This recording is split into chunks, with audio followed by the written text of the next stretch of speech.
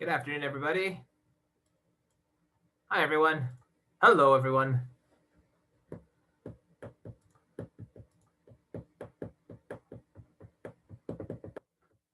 Good afternoon, everybody.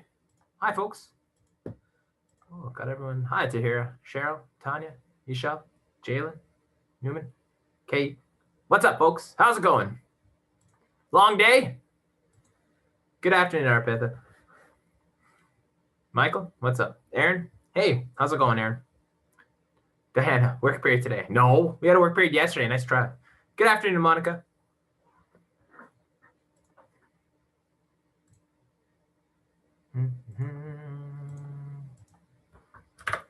All right, I'll give everyone a couple of minutes to get in. I have the schedule up.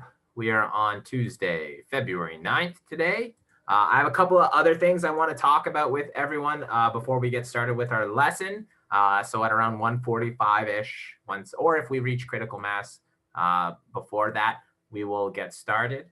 Yeah, my hope is that we'll get this party started. You're the only teacher who gives work period. I wish more teachers did that. Wild. Maybe you'll get work periods as you go, but like, I don't know. I thought yesterday was a good day. First Monday back, perfect day to watch a video on ferrets and have a work period. Mr. Q have to go at 2:20. Dentist appointment. Yeah, no worries, Hallie. No worries, Hallie. We should be done by then. The teaching component, anyways. You'll still have to be responsible for the tutorial section and the practice homework, but yeah, no worries, man. Do we have an IG group chat? Someone is coordinating that. I believe it is Arpitha, but I could be mistaken. I'm sure you can send your ats, etc., or whatever you children describe with your social medias. I gotta say, I feel older and older as days go on. I don't understand any of it, but that's okay. It's not my job to understand it. It's just my job to teach you. Plus, I trust you all to explain stuff to me. Yeah, now's the time. We got a couple of minutes before we start. So if you haven't joined that group chat yet, I had an interesting staff meeting yesterday. It was our first staff meeting of the virtual high school, and they were like, my colleagues and I were like, we got to try to find ways to make assessments so that they don't cheat. I was like, man, they're gonna cheat. It's fine. I get it. That's why I don't put too much emphasis on the assessments as much as some other teachers will. I feel like it's impossible to properly assess you all. Yeah, I think you're always going to find a way if you want to cheat. And if you don't want to, I think you'll be better for it. If you do, and you think that's the best thing for you, listen, I can't stop you, right? Like, reality of it is I can barely stop some of my day school kids from cheating when it comes to assessments. So, and I see them every day and I talk with them every day and I've met their parents and all that other stuff, right? So, I get it. But I still put these expectations on you. And my goal, I guess, is to guilt you all into wanting to be honest. And if I can accomplish that with 10 to 58% of you, then I'm happy as a clam. But outside of that, I'm not going to rack my brain trying to reinvent the wheel. I'll just remind you every single time. Yeah, never, sarcastically. I'll just remind you every single time, right? Like, you get what you put into this. You cheat yourself more than you cheat anyone else. Really and truly, it doesn't hurt my feelings. It may or may not just screw you in the long run. So that's my long-term goal, is to hopefully help you realize that screwing yourself over in the long term by behaving or thinking in that way now, it doesn't help you. But again, I understand why you may feel that way, because you want to do well, and doing well feels good. So I understand that. But university is much harder. And if you are in this class, I'm under the impression that you have aspirations of going to university. And my hope is that by the time you're in first year, we'll be able to actually have real school again. And, if you haven't learned how to study over the next 2 years, then, failing first year when it costs you $15,000 a year, it's not a fun feeling. Yeah, so my hope is that I can help you develop those work habits that will prepare you for that first year of university, or beyond that, even just in life in general. So That's my, I'll give you a guilt spiel every single time before an assessment, and then I will have to put it into your hands to be honest with yourselves before that assessment. And my hope is that you will. So, alrighty, let me just finish taking attendance. I just finished my big long spiel, so hopefully it works in some way. Alrighty, who are we missing? Oh, I gotta go first name. Bam, missing a couple of people today.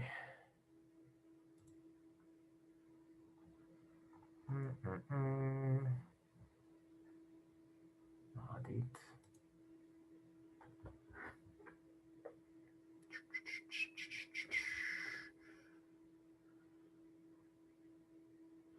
Is Sitha here? Yes. Shelly, Seema, Newman, Monica, Lana, Michael, Lynn, Kyle, Krish, Kayi, Janine, Jalen, Hallie, Grace, Fiona, Ishal, Diana, Cheryl, Arpita, Alex, Lee, Alex, Love, Aaron. Who am I missing? Am I having a... Anyways, I'll figure it out. No worries. All right, folks. So there are a few things that I want to talk about before we get started with our lesson. We have a activity on Friday that I'm creating a group activity just to kind of help you all. To be perfectly honest, if I'm the only one that speaks this entire semester, I'm going to quit well before that happens. So my goal this Friday is to get you all chatting with each other a little bit. I'm going to put you in groups and we'll have a little bit of an activity. It will be fun. So I won't spoil anything else. I hate spoilers. So we'll wait. We'll have to wait patiently until Friday. It will connect to content. It will be important. But more importantly, it will be an enjoyable experience for you to all kind of hang out and get to know each other a little bit better and have some fun while doing it. So that's what Friday is going to be, because what are we doing here, right? I want you all to have a good time with this. I want you all to not hate science. So we're going to have a nice little fun activity on Friday. And that is a change in schedule. Your lab quiz and lab is still due on Tuesday, but the things that I had planned for Friday get pushed back a little bit. So your first proper lesson quiz is on Friday, February 19th now.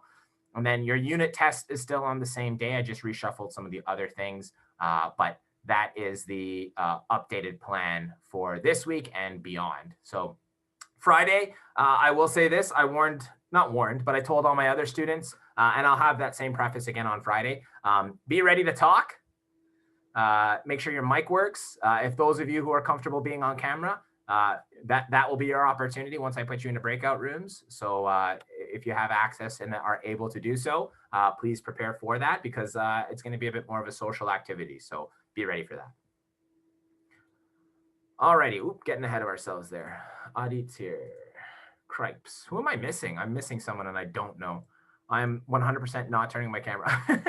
That's fine. You don't have to, right? Like but you definitely got to talk to each other. So even if you don't have your camera on, that's fine. But you're definitely talking to each other. So who am I missing? Is Kyle here? Yeah, Kyle's here. Who am I missing? Tanya, Tahira, Sitha, Shelly, Seema, Sama. Found it. Yeah, you don't have to turn your camera on, but you got to chat with each other. All right, the other thing, I posted it on Classroom. I had an update to our course outline. I made all of the weightings equal. They're each 25%.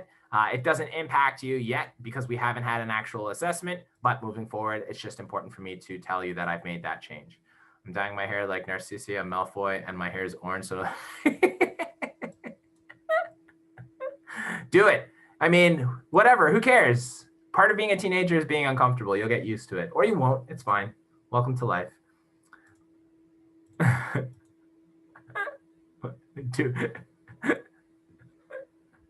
I'm going to really be excited to see how these groups work out on Friday with this class specifically. You are all a very chatty bunch, and I think it's going to be great. So I'm very excited to see how that works out. Alrighty, so change to the schedule, change to the course outline. Those are the two main things that I wanted to talk about. We are doing lesson 3 today, phylogeny and modern taxonomy. This is the handout. You should open it up and fill it in. Don't dye your hair. It's not worth it. Already did. Too late for that advice there, Alex. It's too late. Like a stupid one. A stupid. Hey, first of all, orange is an excellent color. It's the color that I use to draw all of my things. Third of all, that's funny that you think it's a stupid orange. But hey, good news. No one's going anywhere and no one's seeing anyone. So of all the times for you to take a risk with your hair color, today is the day, or this year is the year. Okay, well, slow down, Jalen. Let's not have them shave their head. That's not maybe necessarily the go-to move. Magic eraser. Does that actually work? The Mr. Clean magic eraser to remove hair color? Huh. Go figure. Well, we got 2 people saying yes and no. Buzz cut. Oh Lord. Ishal, don't shave your head. Don't do it. Don't give in to the peer pressure. Spray paint it. Oh God. All right. Well, while you are all goofing around about spray painting hair and buzz cuts, etc., let's get this lesson underway, because it's not that long, but it has some new ideas that I want to share with you, and I want to make sure you are prepared, because there's one question on your lab activity, and wink, wink, nudge, nudge. It will be an important one. So, and it relates directly to phylogeny and specifically how it connects to our ability of taxonomy. So without further ado, and without anyone else shaving or coloring their hair orange, let's start our lesson for the day. So the one important thing for you to recognize when we think about how we're going to connect this idea of phylogenetic trees and what you've already learned in dichotomous keys is that you have to have a little bit of a briefer in terms of the theory of evolution. We will spend a significant more amount of time discussing evolution and the ideas of evolution at a later unit, but I wanted to give you a little bit of an introduction into the idea of how it connects to our understanding of classification, but more importantly, how we classify different species and animals, not just by their physical characteristics, but also by their genetic components. So the theory that describes change in a species over time and their shared ancestry is the idea of evolution and the theory of evolution as a whole. We're looking at a change in a species over a very long period of time, and we're looking at connecting those shared ancestors of said species to each other. Where was it? All right. So with regards to evolutionary biology and the idea of the theory of evolution, the people who study evolution as a whole are called evolutionary biologists. And the main component that we will take away from this lesson with regards to evolution is the idea of relatedness. Okay. And when we think about relatedness between different species, it's important to recognize, keep the purple shampoo in your hair longer. What are our, oh, you're still talking about the hair coloring components. Anyways, the relatedness aspect between different species. So it's very important to recognize there's 2 ways with which we can discuss relatedness of species. It is closely related and distantly related. So I'll give 2 examples of each. And then if you need some clarification on the other examples or those examples, let me know. All right, so closely related implies that there is a distinct physical and genetic link between 2 species. So the perfect example that comes to mind for me are the idea of thinking of the species of like lions, tigers, panthers, jaguars, cheetahs, all of those big cat species. They're very closely related. All right. You can see it in their physical characteristics. Lions, tigers, all of them are 4-legged mammals. They're all carnivores. They have similar hunting styles. They have similar behavioral mating behaviors, social child rearing. All of those aspects are very, very similar. They're still different species in the context of, you know what a lion looks like, you know what a jaguar, you know what a panther looks like and all those things. They're still very different species, but you can tell that they are closely related. Okay, so a closely related set of species are like lions, tigers, panthers, jaguars.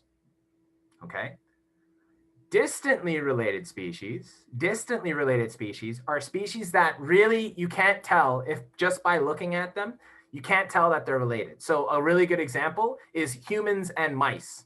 Okay, at first glance, you can't really tell that humans and mice are closely related. However, the mice anatomy and physiology is very similar to humans. Their neural pathways and the way that their brain works, it's very similar to humans. It's not as advanced, but it's very similar. So you can see that there are some aspects that are not even remotely close. Like humans and mice, they don't look anything alike. But when you start to look a little bit deeper into their anatomy and physiology, and specifically their genetics, you can see that there is some relatedness, albeit very distant from each other. So that's just two examples of each with regards to closely and distantly relatedness, and that idea of relatedness that we will come back to through and throughout this unit. Okay. All right, questions about this?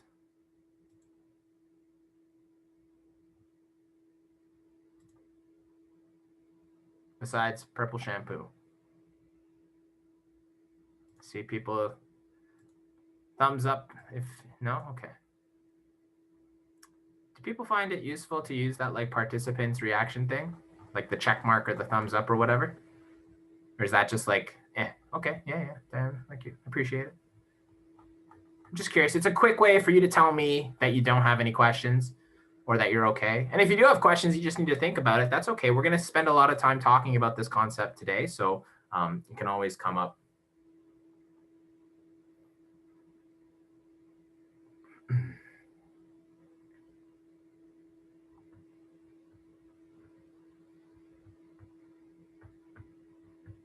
We're fine. All right. Alrighty, so let's take a look at the next aspect and how it connects to this idea of relatedness as a whole. So when you think about phylogeny, and that is the underpinning concept that we will discuss, phylogeny refers to the study of evolutionary relatedness between and among species. So when I talked about that between species earlier with my examples of tigers, lions, cheetahs, panthers, jaguars, etc., that's relatedness between different species, okay? You can see the relationship between those species in some way, shape, or form, and we can study them. Among species, however, we've also talked a bit about in one of the previous lessons where we looked at the differences between males and females, right? When you think about the difference between males and females in humans, anatomically and physiologically, there are some differences, some large differences between males and females, but also between their genetic differences as well, right? Like it's interesting to consider it because when you think about males versus females, 99.9% of the genetic code is going to be the same except for that X and Y chromosome. And that has a big impact on all of those characteristics, both physical and psychological and sociological aspects that cause some, or that can lead to some differences between and among a specific species. So when we talk about between species, it's multiple species comparing them. But when we talk about among species, what we're really referring to is the idea of looking at a single species and seeing the differences within that species. So there's two main concepts between species of phylogeny and among species of phylogeny. All right, take a second. If you have a question you would like to ask, let me know.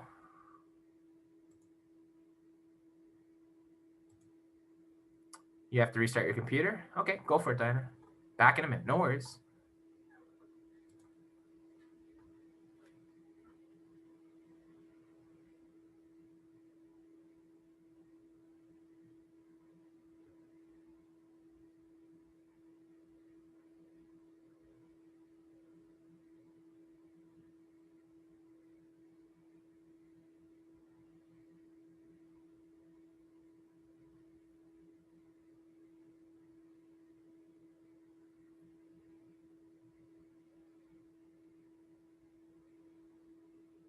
Sorry I'm late. No, that's okay. Welcome, Lynn.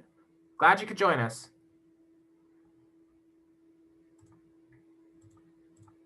Alrighty, let's take a look at what a phylogenetic tree is. And you'll start to see that there are some similarities to the dichotomous keys that we worked with yesterday in the sense that it uses a flow chart, or 2 days ago, I suppose, 2 classes ago. You'll see that it uses a flow chart similar to those dichotomous keys. So let's take a look at what a phylogenetic tree is. It is a branching diagram that allows for the relationships between species between different species as well as groups of species throughout evolution. So diagram A is a phylogenetic tree.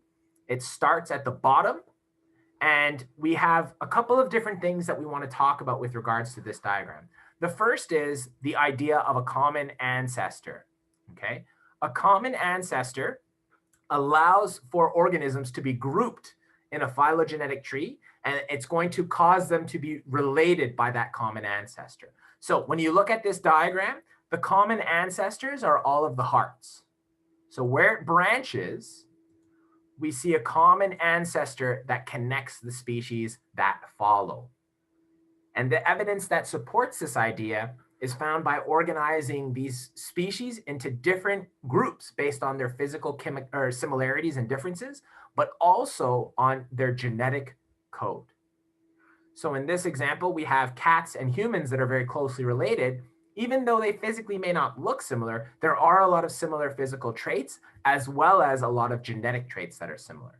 And then likewise, if you were to compare the human here, boop, to the fish here, boop, they are the most distantly related, right? Because if you look all the way back and you trace their common, you trace their common ancestor, the closest common ancestor that they have is this heart down here. So let me just boop, boop, boop, boop, boop, boop, boop, boop, boop.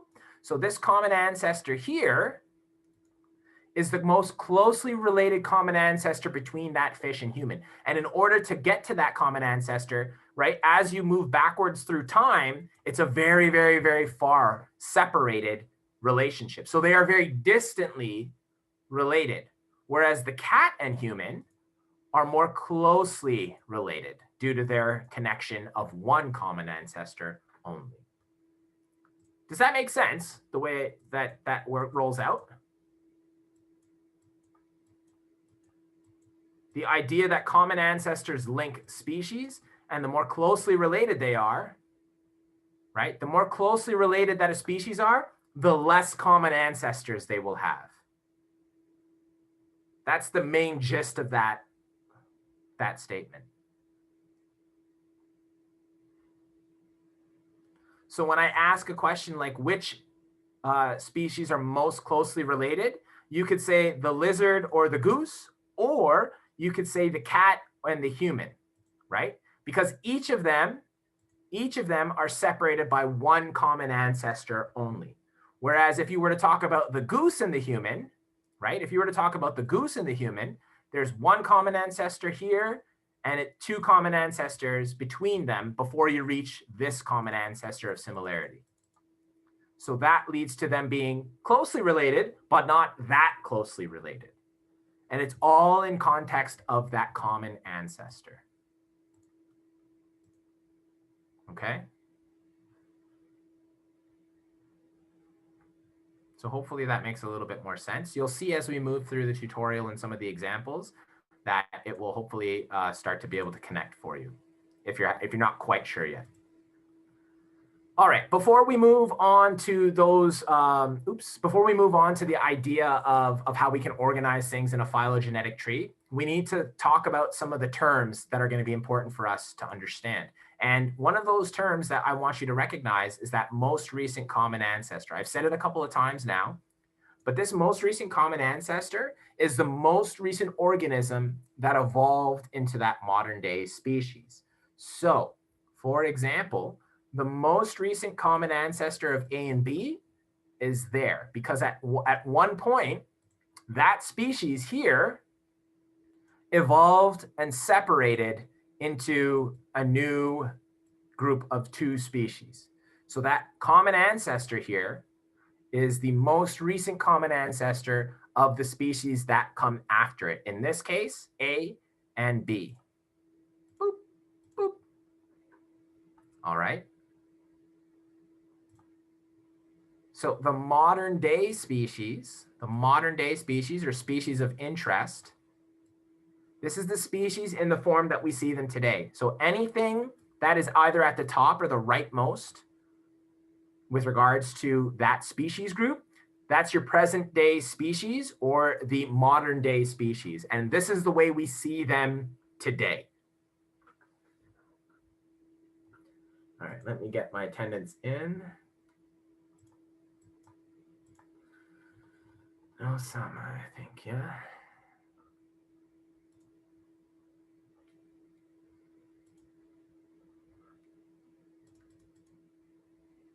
All righty. Questions?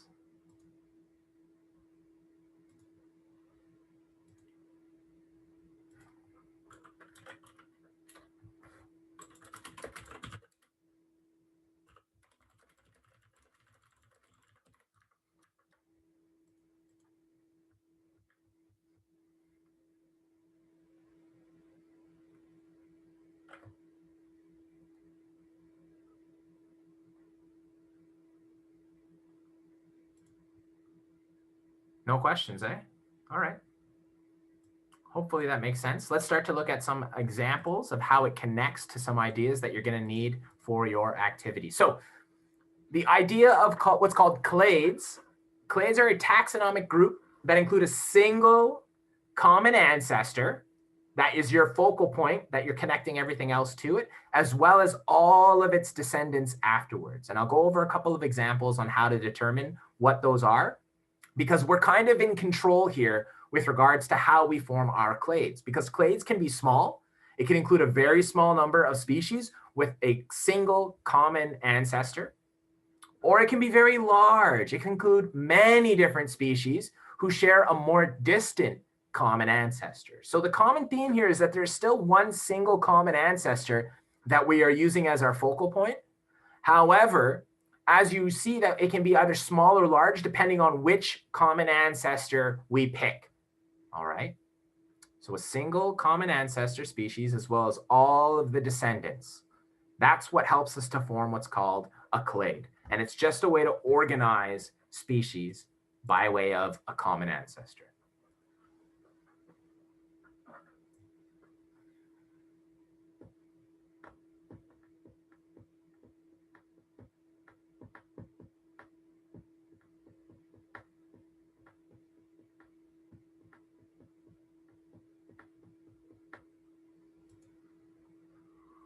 All righty, let's take a look at some examples. That way, if you do have some questions about it, we can hopefully get some practice in to help alleviate our understanding, or to help with our understanding, sorry.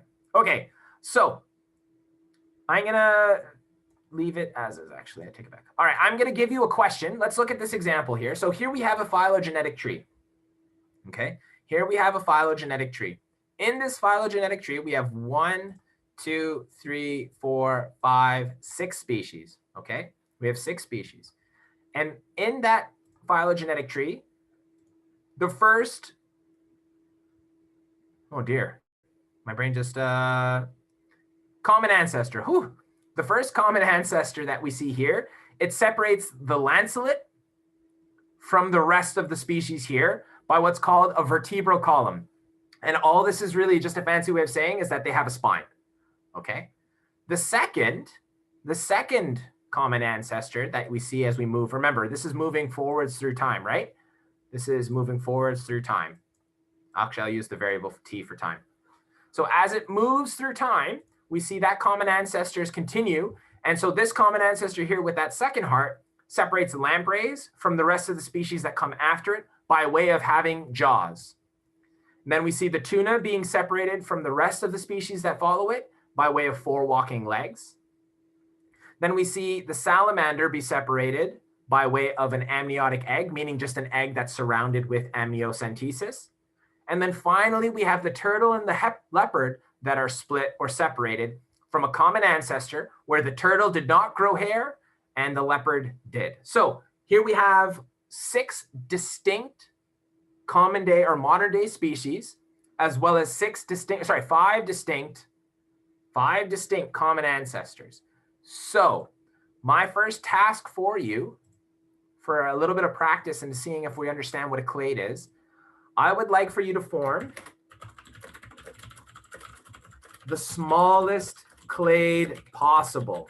The smallest clade possible. So the smallest clade possible. And use, I'll label each of these A, B, C, D, and E.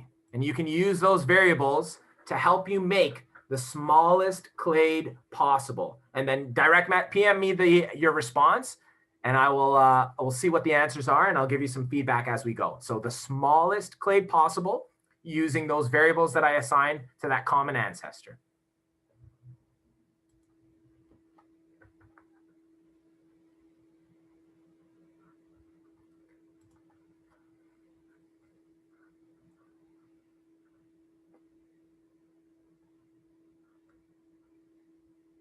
So the smallest clade possible.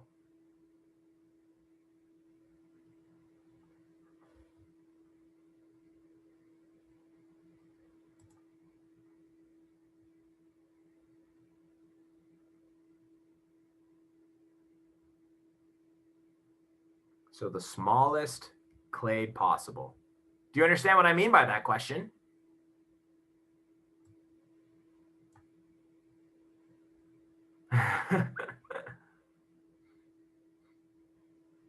Good. Lynn, you got it. Nailed it. Does everyone understand how Lynn did that? When I say the smallest clade possible, Lynn's like, yeah, I understand how to do it. That's why I told you. Good stuff, Lynn. Lynn's like, yeah, I got it. Don't you worry. So when I say the smallest clade possible, remember, a clade includes one single common ancestor, as well as all of the species that come after it, okay?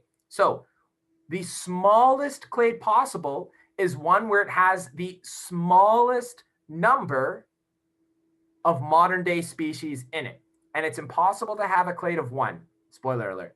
So here is our common ancestor, and everything that follows it is part of its clade. No, it wouldn't be D, salamander, turtle, leopard, because that includes 2 common ancestors and 3 modern day species. You can make an even smaller clade with the turtle and leopard. But good try, Katie. Does everyone understand how this is the smallest clade possible? And if you're not sure, just direct message me if you're not comfortable asking in front of everyone, and I'll try to explain it a different way if you need some more, need a better, more explanation.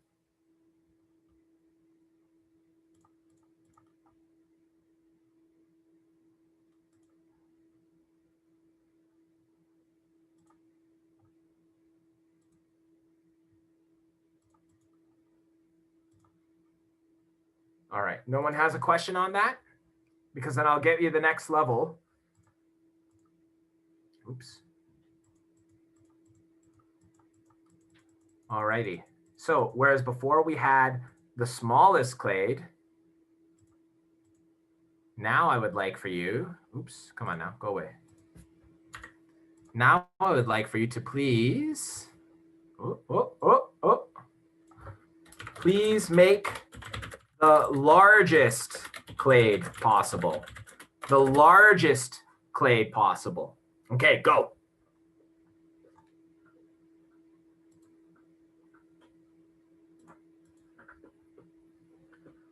The largest clade possible.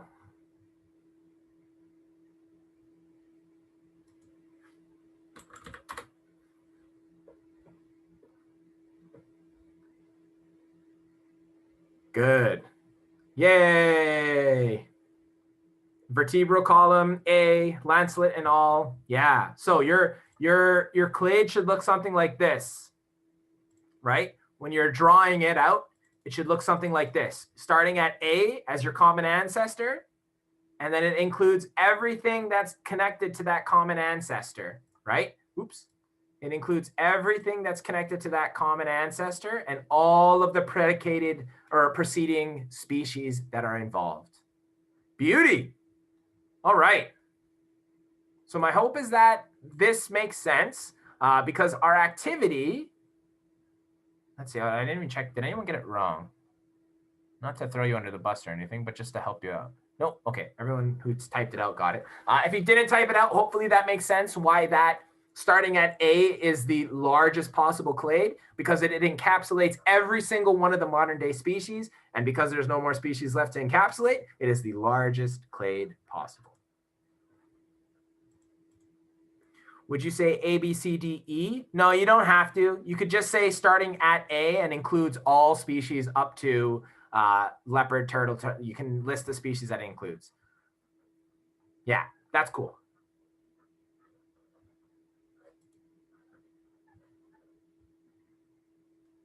Alrighty, so we have, what time is it? 2:45, 30 minutes. All right, aces, folks. All right, so we have about 30 minutes to work on this tutorial. Okay, so does everyone know how to find that tutorial? I'll show you. So there are, before you go to do that, you're going to read that tutorial number 1. There's practice questions in that page. I really like this question.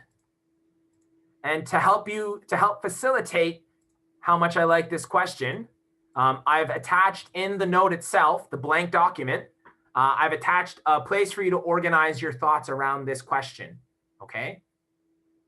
And you don't have to hand it in today because I forgot to remove that, so don't ignore that. You're not handing in anything to me today. Now, you might be thinking to yourself, Mr. Q, what are you talking about? This file here, you'll see at the end on this page, there's a couple of practice questions for you to do. I strongly recommend to do them. But there's also this box here with which you can do that reflection that I talked about as a question with which I like very much, where you can compare the traditional dichotomous key with a phylogenetic tree and talk about the strengths and weaknesses of both. All right, so in order to find this tutorial, this is what it looks like. It's in the unit outline, your unit 1 diversity outline. So when you click on that file that hopefully you have shared or saved, sorry, either to your starred folder or just bookmarked, right? Always try to open up this document on Classroom, or sorry, on Google Docs, just because, like I said, I edited a couple of times already. So I just want to make sure that you have the most up-to-date version of it. Here we go. It is in February 9th, which is today, and it is on the right side here, tutorial 1. When you click that link, you should be able to open up that file. If not, make sure you're logged into your gaps. And if you're still having trouble, let me know. And the file looks like this. Shablam. So you have about 30 minutes to read through this. You got a couple of questions you need to answer. You have to do this tutorial. And I'll be kicking around here for about 35 minutes or so to answer any and all questions that you might have for me regarding it. Okay? So get to it. Please try to make use of your time. This is homework if you don't finish it, just because it's very important for you to complete it relative to the lab, as well as to your quizzes and your assessments. Yeah, no worries, Hallie. Have a good dentist appointment.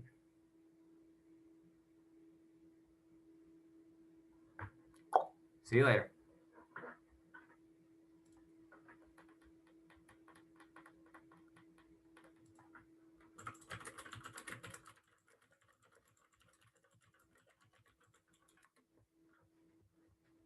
All righty. Everyone good? Everyone knows what they're up to?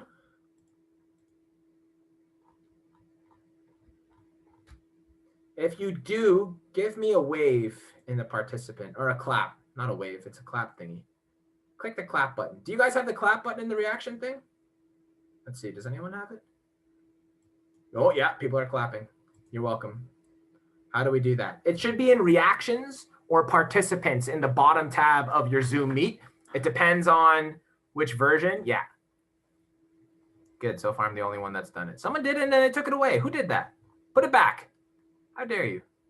How dare you clap for me and then unclap for me? There we go. Thank you, Tahir. I think it was you. I was going to say, I was like, someone at the bottom of the list, and then I took it away, and I was like, whoa, whoa, whoa. How dare you clap for me and then no longer clap for me? All right, folks, get to it. My hope is if you have questions, you'll reach out to me. I am not a mind reader. I think it goes away after a bit. Does it? No, it only goes away if I make it go away, does it? It goes away? Oh, devastating. All right, well, it usually goes away when I push clear all. It shouldn't go away otherwise, but I guess I clearly don't know Zoom that well. I'm gonna email that guy that's in charge of Zoom. All right, get to it, folks. Stop putzing around. Let me know if you have questions about this tutorial, and work hard, folks.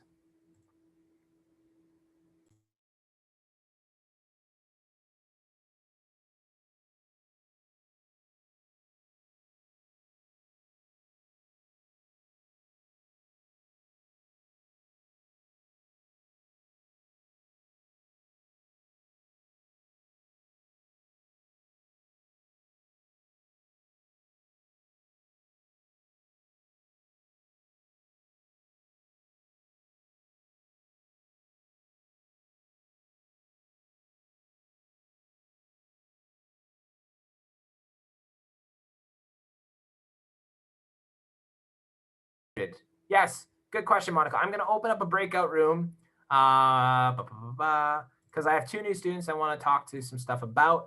So I'm going to leave for a second. I'm going to put both of those people there. Let me find, where's Monica? Bam. Okay. So those 2 people that are new to my class, welcome. I opened up a breakout room in Zoom. Can you just head there now so that way I can talk about some stuff with you? And then the rest of you stay here and you get working on stuff. And by stuff, I mean your tutorial. Alrighty. I'll be back.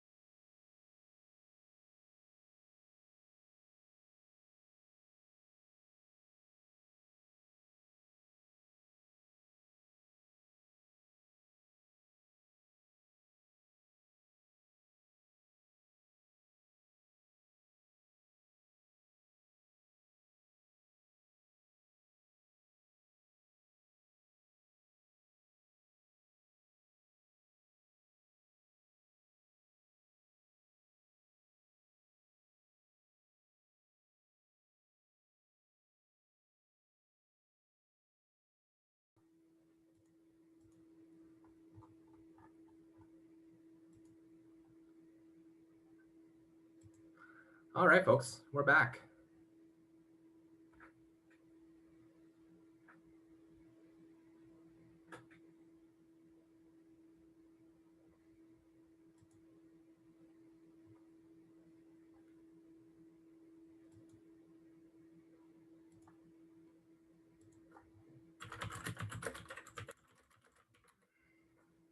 Mm-hmm.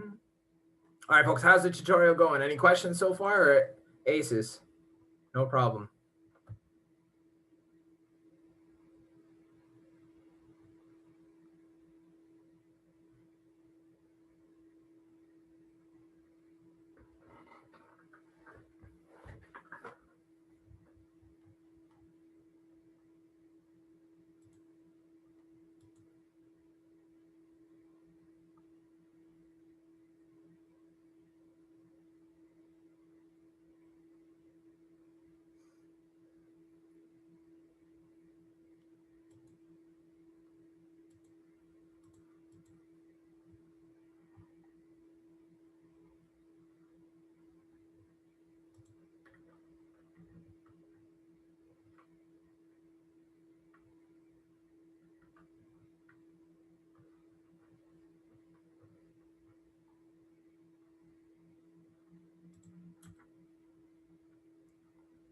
Judging by the silence, you don't have any questions, yes? And you just want me to shut up so you can work on it? Is that what I'm I'm just kidding, folks. If you're busy working, that's fine. If you're busy watching Netflix, I mean, I can't do anything about it, so I won't say it's fine, but obviously you should be working on your activity. So my hope is that it's going. My hope is that it's going. Good. Good, good, good. We have about 15 minutes left of the synchronous component, and then I will stick around for another 10 minutes after that to answer any and all questions. So you just need to let me know if you plan on asking questions, or you can just stick around, and that's perfectly fine too.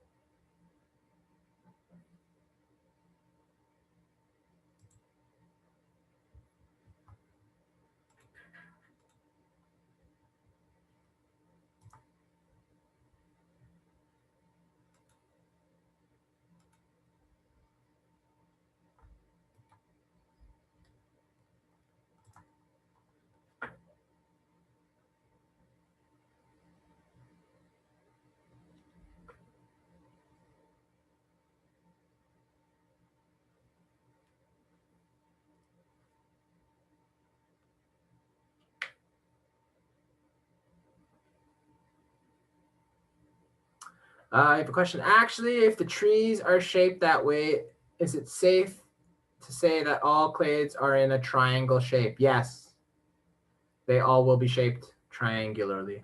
Good catch, Arpitha. Good catch.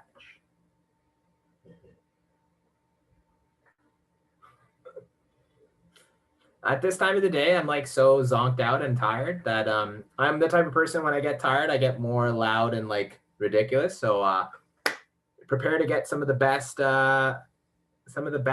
in this class because you're my last period for the day, and it's going to be wild as the days go on, especially once the weather gets nicer and I can see like the sun and like it's not dark at like 5:30 or whatever. It's going to get better, folks. It's going to get better.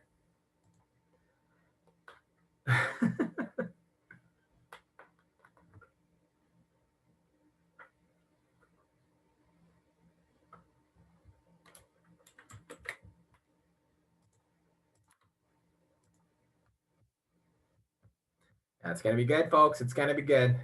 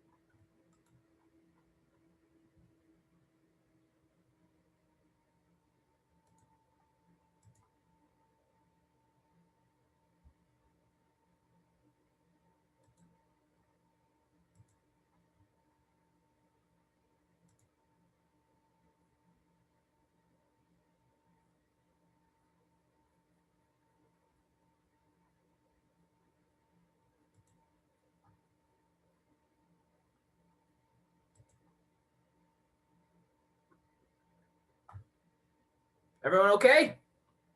Was this easy or hard stuff so far? Pretty easy. I would say this is is this the most challenging part? It might be the most challenging part of this unit.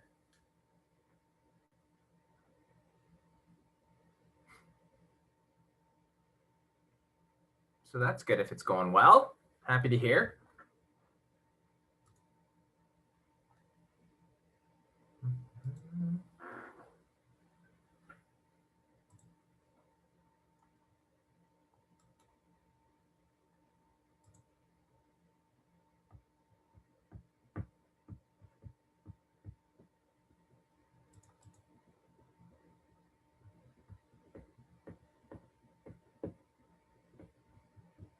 How do you explain how two species are just as closely related? How do you explain how two species are just as closely related? You would say that neither are closely related to whatever it is you're talking about in that context because they're equally distant away from that ancestor or that from that species. Is that what you're talking about? Yeah. Cool.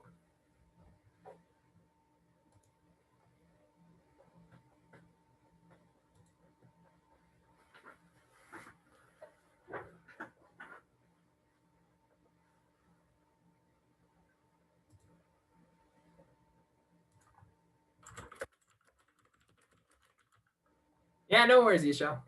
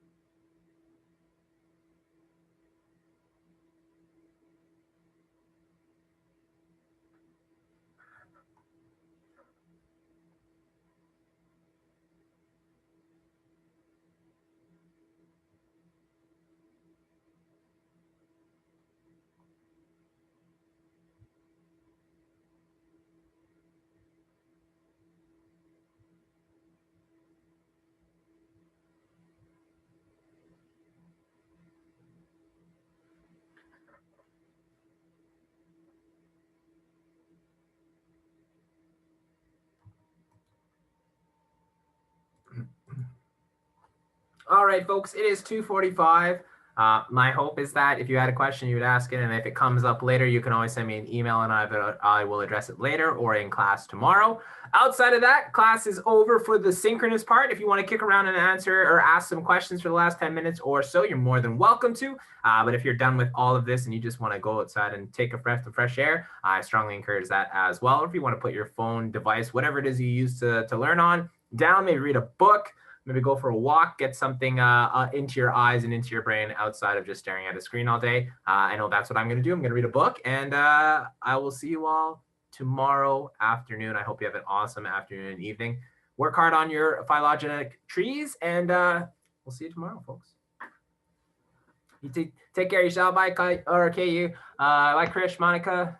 Holy smokes, you're coming in fast. Noman, Grace, Janine, Lynn, Tanya, Jalen, Kyle.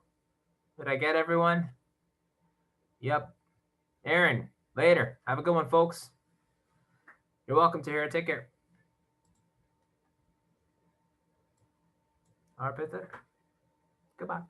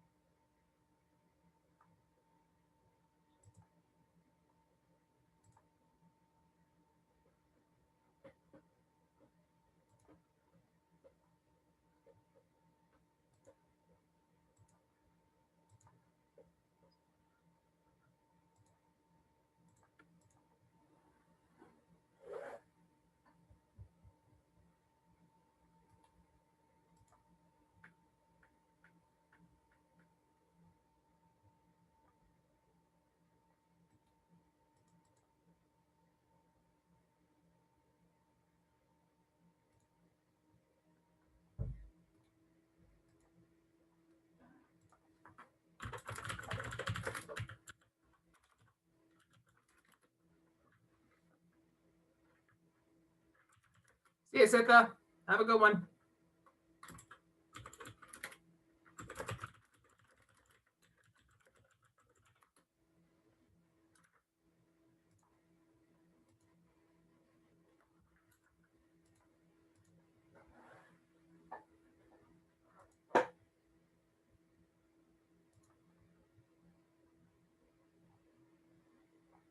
Shelly, did you have any questions, or you're just working through the assignment or the I guess the activity?